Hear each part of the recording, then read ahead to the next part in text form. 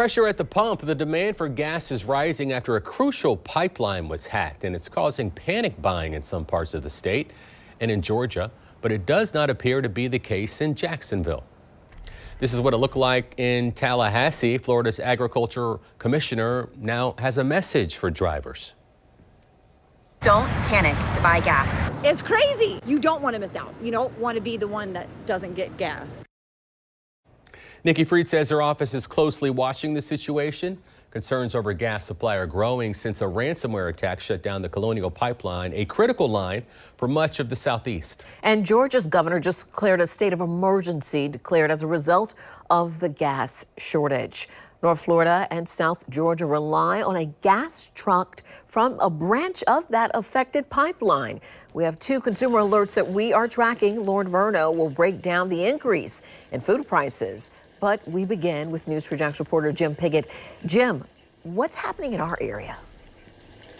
Well, you know, I've been to numerous gas stations throughout today. Right now, this is the Gate station near Riverside. We're in Brooklyn here.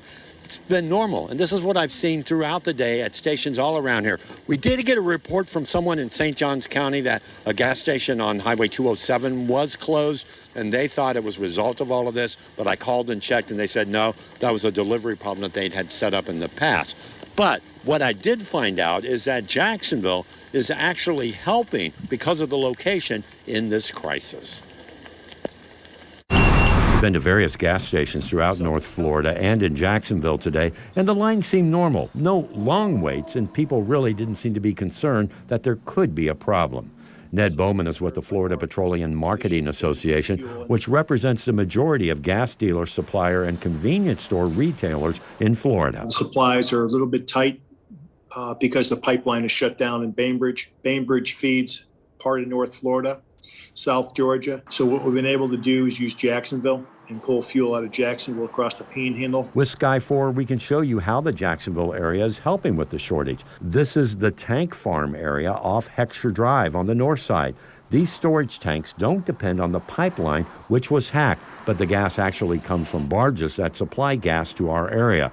Because of that, we're now seeing more fuel tankers on the road, heading from Jacksonville to other areas across the state, like Tallahassee and the Panhandle, where there are lines and some stations are running out of fuel. Still, there is concern here. This is what's been happening with gas prices locally. From January until today, this graph shows that there was a spike in prices back in February. It dropped in March and in April, but now it's picking right back up again to over $2.80 a gallon. There's plenty of fuel in the system. It's not like we're going to run out tomorrow.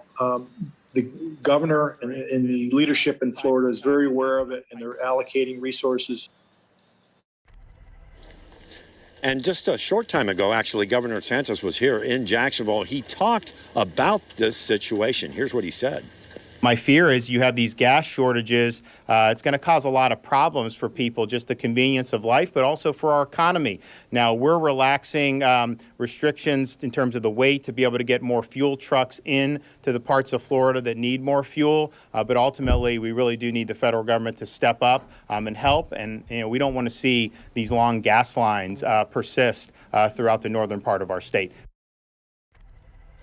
And as you had mentioned, the real problem is in Georgia. In fact, North Georgia. Governor Kemp there issued that state of emergency. What he did is basically do away with the gas tax for now so consumers can deal with all of this. We understand, too, that all of this could be resolved probably by Friday, and then by next week, things hopefully will be back to normal. And we won't have lines. We're hoping not to see that in our area anyway. For now, we're live near Riverside in Brooklyn. Jim Piggott, Channel 4. The local station.